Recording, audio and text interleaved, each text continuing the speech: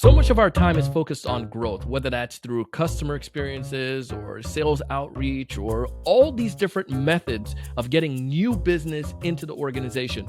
However, there's one organization, one group, one amazing secret network of people that we sit on and we don't tap into that could be a great portion of your success and growth as an organization. I ain't going to tell you who they are. Tiffani is. You're going to love this episode.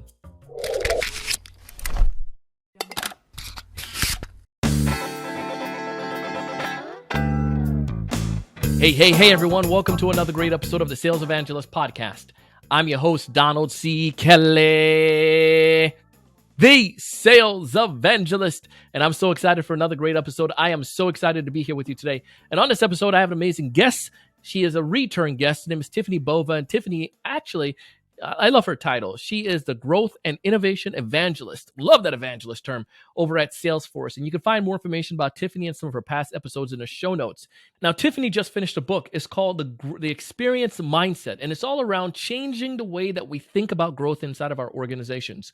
One of the things that we need to change our mindset on is not necessarily just getting more leads or adding more tech to the stack, because you and I both know we have enough tech, and Tiffani is going to address this in our interview. But one thing that we don't necessarily focus on are the people who work with us. Tiffani is going to share with you why she believes your employees are one of the greatest source for your growth as an organization. Now, if this is your first time listening to this podcast, it's designed to help individuals like you and me not only build top of funnel pipeline, but also convert a high percentage of those deals. And I would love for you to subscribe so we can notify you every time we drop a new episode. As we dive in, you'll get a chance to hear a little bit about Tiffani's experience and why she is so perfectly qualified for this conversation. Let's go ahead and dive in. Tiffani, welcome back to the show. Oh, Donald, thanks for having me. I'm really looking forward to this conversation, and I think it's something that not only is going to help us as sellers, but obviously as sales leaders. I think for the past, teen years in the bull market, we've seen something, phenomenal where salespeople are just, we had great opportunities and sales leaders were just like, grow at all costs. But obviously we need to make sure we're doing this effectively. And I'm really pumped to talk about this with your book. I bragged about you a little bit in a teaser, but why don't you tell us what makes Tiffani so qualified for this book at this point? Oh, who knows? I don't know if that's true, but I would say kind of in full transparency, I wrote a book a couple years ago in 2018 called Growth IQ, which sort of outlined 10 paths to growth. One of them in there was optimized sales. One of them in there was customer experience, and obviously plus 8 others. But I almost completely missed employee as a critical piece to any organization's ability to grow. And not because it's not painfully obvious, but because it wasn't an area of my focus. And so, I've now been at Salesforce for 7 years, and I was standing on stage a number of years ago, and I said, I didn't think it was a coincidence that Salesforce is a great place to work. It's one of the most innovative companies in the world and the fastest growing enterprise software company. And after I said that, I was like, I wonder if I could prove it, right? I wonder if I could prove that a great place to work helps innovate. And I wonder if a great place to work helps drive better customer experiences, right? And a great place to work and great customer experience drives greater growth. And so it put me on a 2-year journey of kind of learning everything I did not know about employee engagement and employee experience. And so I don't know if I'm an expert at this point, but I know a lot more than I did. And I think that this book is a great way, especially with the title, The Experience Mindset, about shifting the mindset to be a little more intentional and thoughtful around what you do to your people. So go back to that. And we're going to put a link in the show notes. So everyone, as you're listening to this, don't go run off. We'll make sure you guys can get access to that really easy. But you bring up something about, again, how employees can be tied directly to growth.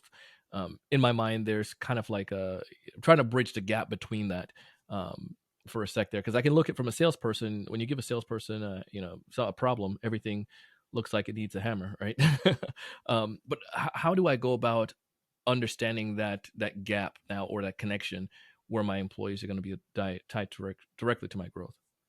Yeah. So it's sort of the following, sales is in a very unique position. And you could argue, if you work for a company that doesn't view customer service as a cost center, but more as, right, an ability to upsell, cross-sell, do post-sale service, to look for opportunity, they're really the ones that are driving revenue.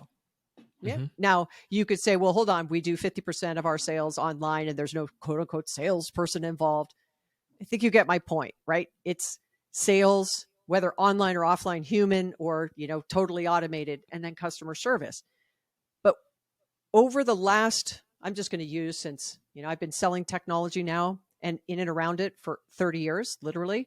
While I don't carry a quota anymore, I feel like I vicariously get to sell through all of you who are listening, because I talk to so many of you and advise so many companies. But I would say this, that over the last 20 years, we have spent billions of dollars improving customer experience. Yes. So, in 2000, 2001, I was Eloqua's beta client. I was Constant Contact's beta client. My marketing technology stack. Yeah. Like I've been doing this for a minute.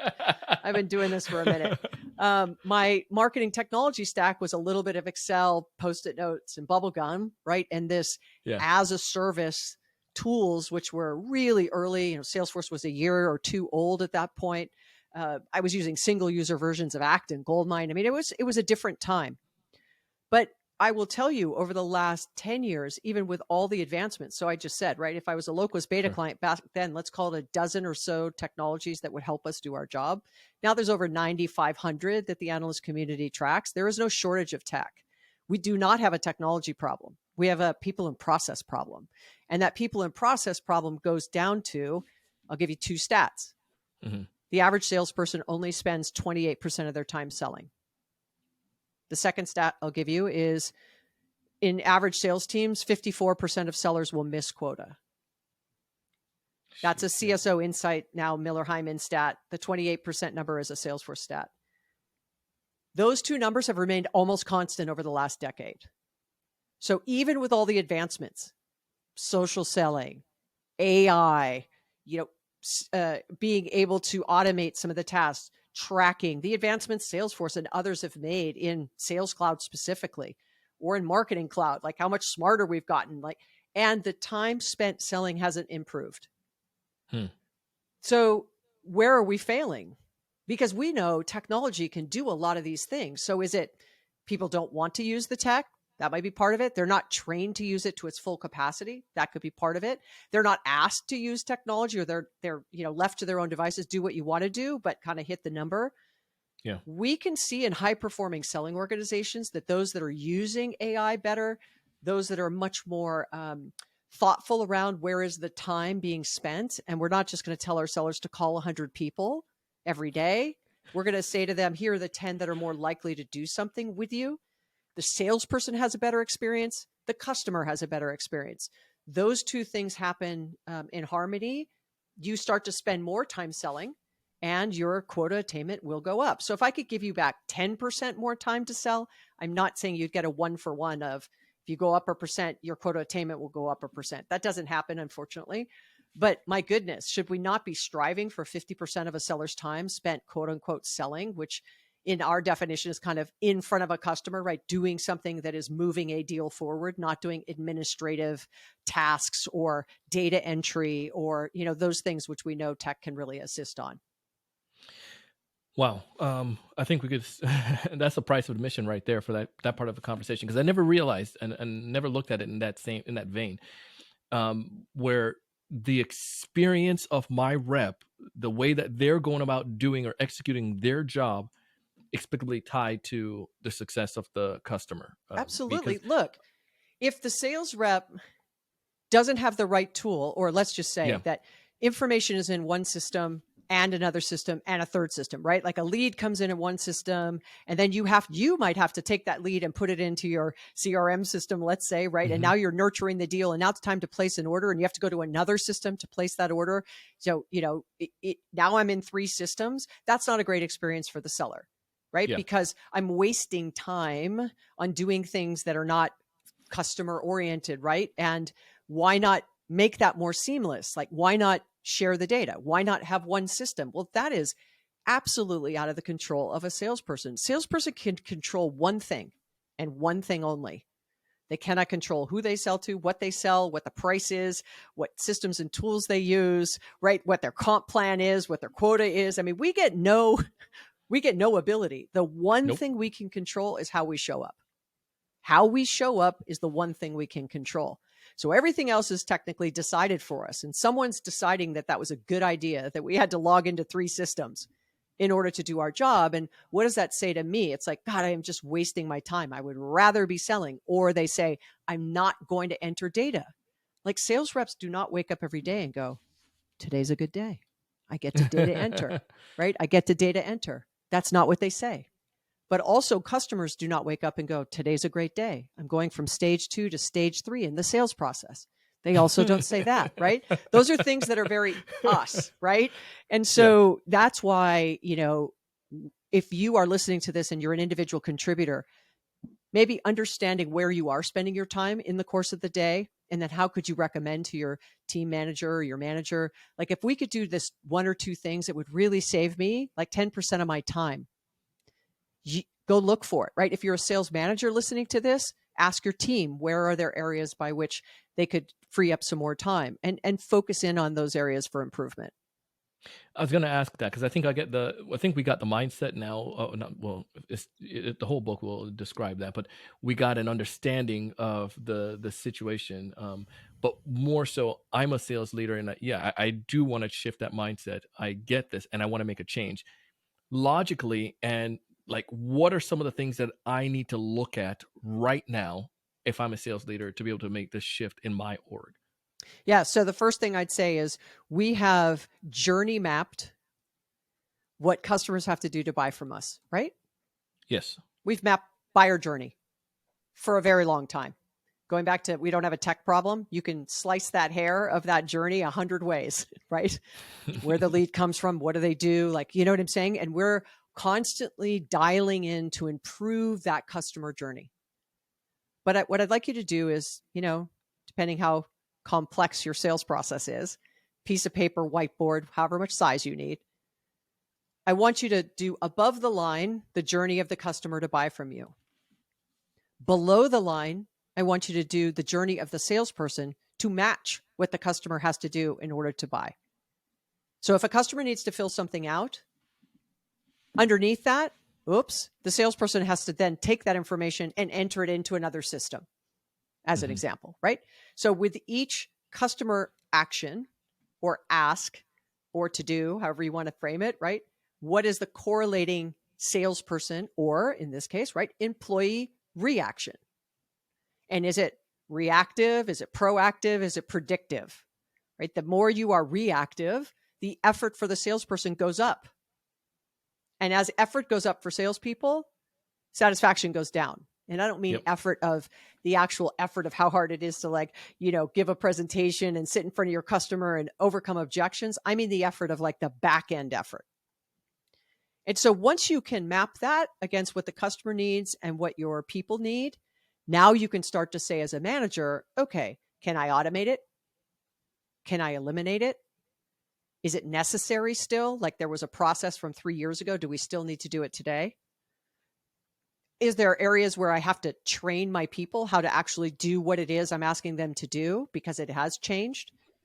Is it something that is just absolutely a must-have and we have to increase or decrease, right? You start asking those questions.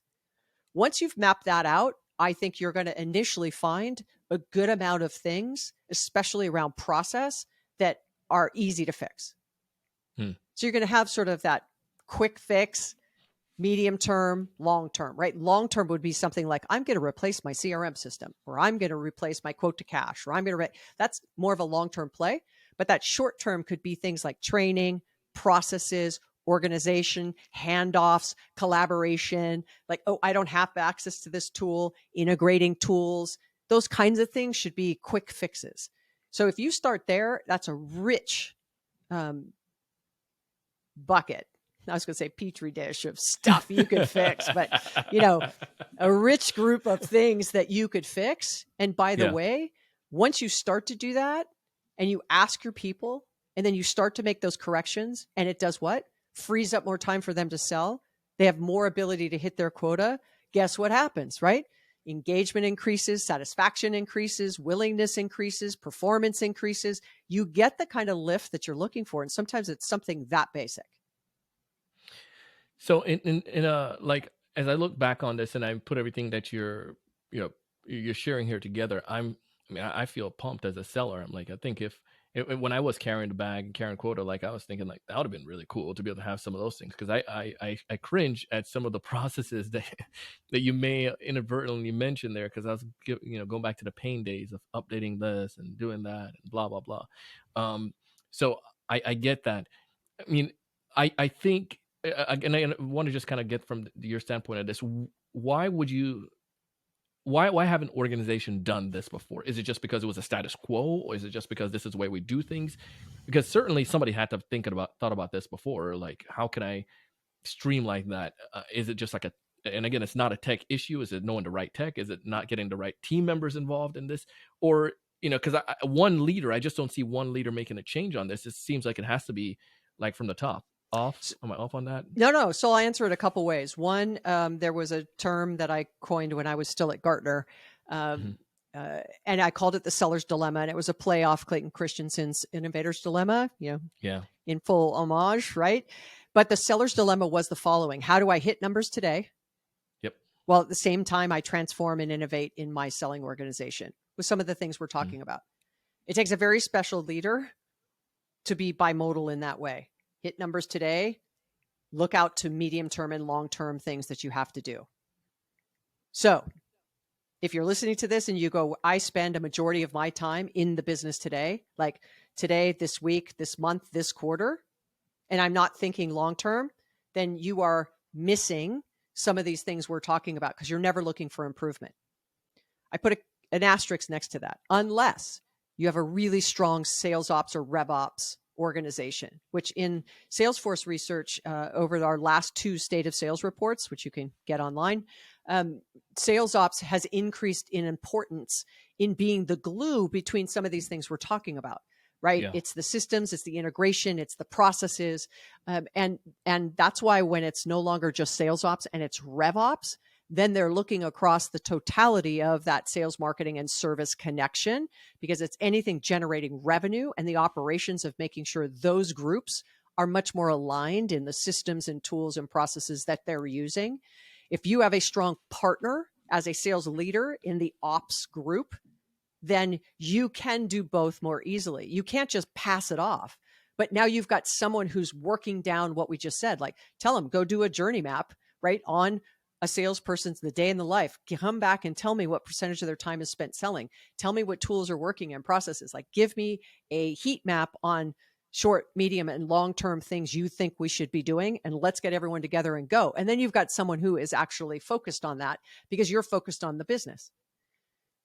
There was my CEO many years ago, actually, during that time when I was a Locos Beta client, he said to me, look, when you're an individual selling contributor, you basically care about like the next hour, right? Like this day, like, am I going to hit my number today? You become a team lead, and it might be, okay, today for my team, or it might be this week for my team. And then you become kind of like a director, and then you might be, okay, now I'm looking at week and I'm looking at month. A senior director, I might be looking at month and quarter. You get to VP, it's kind of this quarter and next quarter. You get to senior vice president, it's kind of quarter and this year. You get to executive vice president, and you're 2 or 3 years. You get to the C-suite, right? And you're really looking long-term.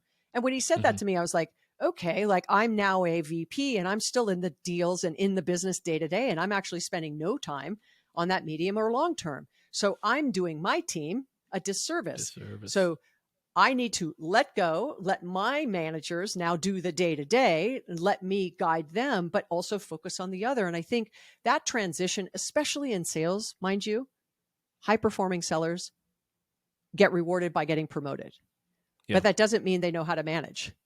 And that doesn't mean they know how to do some of the things we're talking about. And listen, I was guilty of it. I got promoted all the way up, right? And no one ever stopped and said, like, should we put you in a management development class? Like, I was sort of go figure it out. Do I think I'd be a better manager today than I was then? I would hope so, because I've learned a lot more. But we don't really set those sales, high-performing sellers who get moved into management up for success on these kinds of topics, because they don't even know how to approach a project like this, because they're so used to that individual kill, right? Of like, I've got a deal, I've got a client, close the business, hit the numbers, go to club. Like, it's a very, goal-oriented business. And now it's like, well, hold on.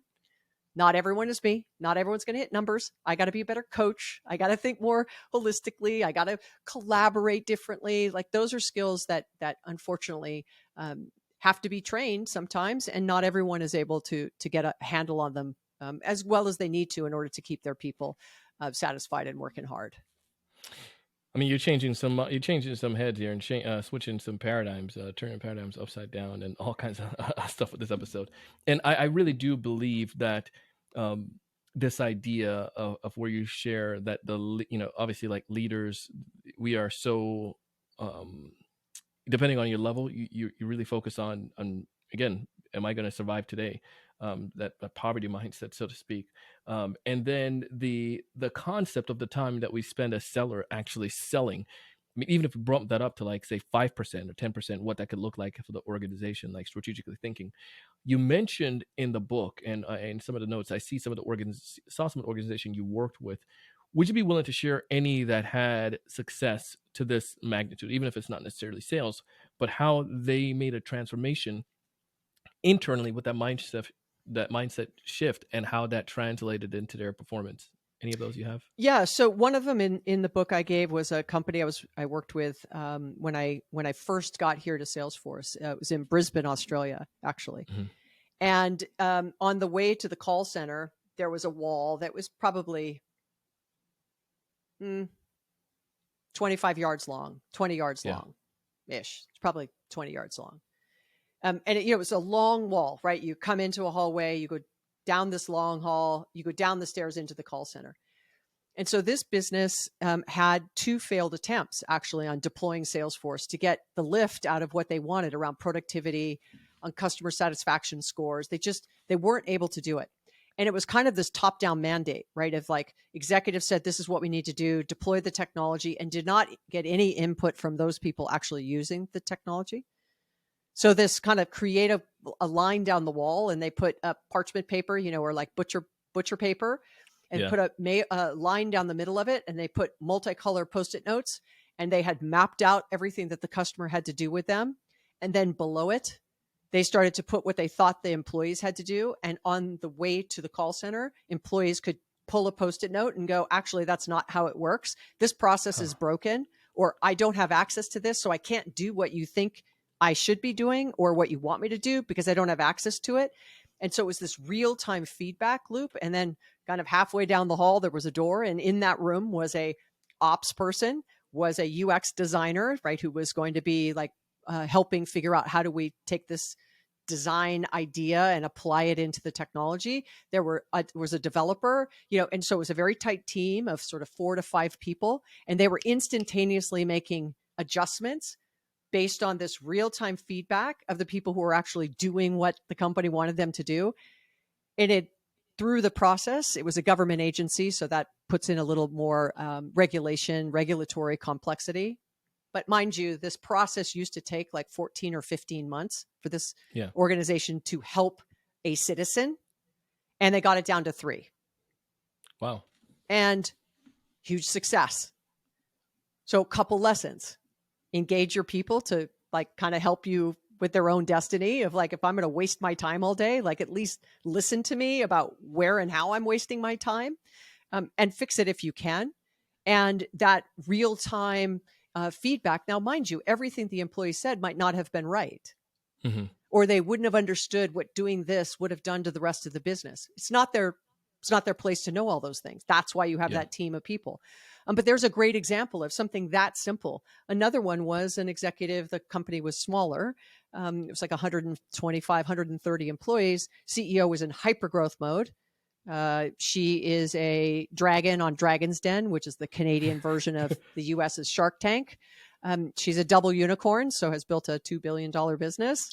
And things were in hypergrowth mode. They were hiring really fast. They felt like things had gotten a little unwieldy. So she just opened up an email box and told everybody, sent out a message and said, I've set up this email box, kind of the stupid stuff we do, and tell us the stupid stuff we're doing. She could do it with 120, 130 employees, right? Harder to do if you have 1,000 or 10,000. Oh my goodness. Like, right. But that's where you do it within a team, do it on Slack or, do it in an email. The feedback they got was some simple things. So it did a couple things. One, it built trust between the executive team. We asked, you answered, we heard you, we fixed it. Yeah. We asked, you answered, we didn't fix it, here's why not. And we'll tell you why not. And all of a sudden, morale lifted, right? Engagement went up, satisfaction went up, everything improved because it was like, it's not this drudgery of, man, I'm just grinding every day. I'm burning out. No one cares that I'm wasting so much time on things that are really easy to fix. But does no one care that they need to be fixed? And that is where you start to get disengagement. Employees are unwilling. Salespeople aren't going to, do what they need to do for a customer. They're kind of like, they don't care. I don't care. I'll just make 70% of quota, call it a day. Yeah. Yeah.